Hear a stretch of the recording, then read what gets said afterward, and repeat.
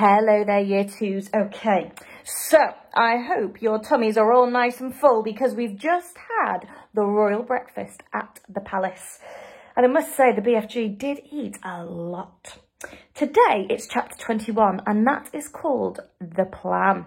Can you remember what the plan was going to be all about?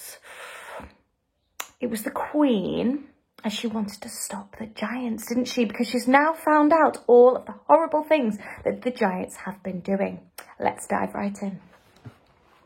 The head of the army and the head of the Air Force stood at attention besides the Queen's breakfast table. Sophie was still in her seat and the BFG was still high up on his crazy perch. It took the Queen only 5 minutes to explain the situation to the military men. "I knew there was something like this going on, Your Majesty," the head of the army said. "For the last 10 years, we have been getting reports from nearly every country in the world about people disappearing mysteriously in the night. We had one only the other day from Panama." "For the hatty taste," cried the BFG. "And one from Wellington in New Zealand," said the head of the army. "For the booty flavour," cried the BFG. "What is he talking about?" said the head of the Air Force. "Work it out for yourself," the Queen said. "What time is it? 10 a.m? Well, in 8 hours, those 9 bloodthirsty brutes will be galloping off to gobble up another couple of dozen unfortunate wretches. They have to be stopped. We must act fast." "We'll bomb the blighters," shouted the head of the Air Force. "We'll mow them down with machine guns," cried the head of the army. "I do not approve of murder," the Queen said. "But they are murderers themselves," cried the head of the army. "That is no reason why we should follow their example," the Queen said. "Two wrongs do not make a right." "And two rights don't make a left," cried the BFG. "We must bring them back alive," the Queen said. "How?" the two military men said together. "They are all 50 feet high. They'll knock us down like 9 pins. "Wait," cried the BFG. "Hold your horseflies. Keep your skirts on. I think I has the answer to the maiden's hair." "Let him speak," the Queen said. "Every afternoon," the BFG said, "all these giants in the land of Noddy—" "I can't understand a word this fella's saying," the head of the army snapped. "Why doesn't he speak clearly?" "He means the land of Nod," Sophie said. "It's pretty obvious." "Exactly," cried the BFG. "Every afternoon, all these 9 giants is lying on the ground, snoozling away in a very deep sleep. They is always resting like that before they is galloping off to guzzle another helping of human beings." "Go on," they said. "So what?"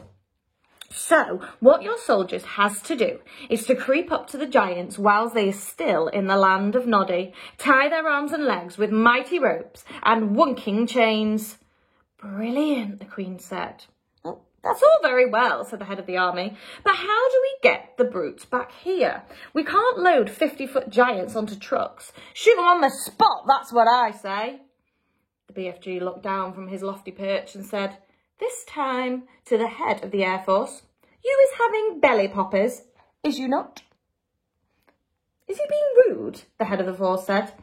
"He means helicopters," Sophie told him. "Then why doesn't he say so? Of course we've got helicopters." "Whoopsie big belly poppers?" asked the BFG. "Very big ones," the head of the Air Force said proudly. "But no helicopter is big enough to get a giant like that inside." "You do not put him inside," the BFG said. "You sling him underneath the belly of your belly popper and carry him like a torpedo." "Like a what?" the head of the Air Force said. "A torpedo," Sophie said. "Would you do that, Air Marshal?" the Queen asked. "Well, I suppose we could," the head of the Air Force admitted grudgingly. "Then get cracking," the Queen said. "You'll need 9 helicopters, 1 for each giant." "Where is this place?" the Air Force man said to the BFG. "I presume you can pinpoint it on a map?" "Pinpoint?" said the BFG. "Map? I was never hearing these words before. Is the Air Force bean talking slushbuggle?" The Air Marshal's face turned the colour of a ripe plum. He was not used to being told he was talking slushbungle. The Queen, with her usual admirable tact and good sense, came to the rescue. "BFG," she said, "can you tell us more or less where this giant country is?" "No, Magister," the BFG said, "not on my Nelly." "Then we're jiggered," cried the Army General. "This is ridiculous," cried the Air Marshal. "You must not be giving up so easily," the BFG said calmly. "The first titchy bobsicle you meet and you begin shouting. You is bivsquiggled." The Army General has no more use to being insulted than the Air Marshal. The Army General was no more used to being insulted than the Air Marshal. His face began to swell with fury, and his cheeks blew out until they looked like two huge ripe tomatoes. "Your Majesty," he cried, "we are dealing with a lunatic. I want nothing more to do with this ridiculous operation." The Queen, who was used to tantrums of her senior officials, ignored him completely. "BFG," she said, "would you please tell these rather dim-witted characters exactly what to do?" "A pleasure, Your Majesty," said the BFG. "Now listen to me carefully, you two boot-bogglers." The military men began to twitch, but they stayed put. "I is not having the foggiest idea where Giant Country is in the world," the BFG said, "but I is always able to gallop there. I is galloping forthwards and backwards from Giant Country every night to blow my dreams into little Chiddler's bedrooms. I is knowing the way very well. So all you is having to do is this. Put your 9 big belly hoppers up in the air and let them follow me as I is galloping along." "How long will the journey take?" the Queen asked. "If we is leaving now," the BFG said, "we will be arriving just as the giants is having their afternoon snozzle." "Splendid," said the Queen. Then turning to the 2 military men, she said, "Prepare to leave immediately." The head of the army, who was feeling pretty miffed by the whole business, said, "That's all very well, Your Majesty, but what are we going to do with the blighters once we've got them back?" "Don't you worry about that," the Queen told them. "We'll be ready for them. Hurry up now, off you go." "If it pleases Your Majesty," Sophie said, "I should like to ride with the BFG to keep him company." "Where will you sit?" asked the Queen. "In his ear," Sophie said. "Show them, BFG." The BFG got down from his high chair. He picked Sophie up in his fingers. He swivelled his huge great ear until it was parallel with the ground, and then he placed Sophie gently inside it. The heads of the army and the air force stood there goggling. The Queen smiled. "You really are rather a wonderful giant," she said.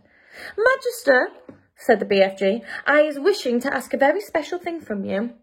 "What is it?" the Queen said. Could I please bring back here in the belly hoppers all my collection of dreams? They is taking me years and years to collect, and I is not wanting to lose them." "Why, of course," the Queen said. "I wish you a safe journey." Chapter 22 is called Capture. I bet you can guess what this chapter is going to be all about. I am so excited.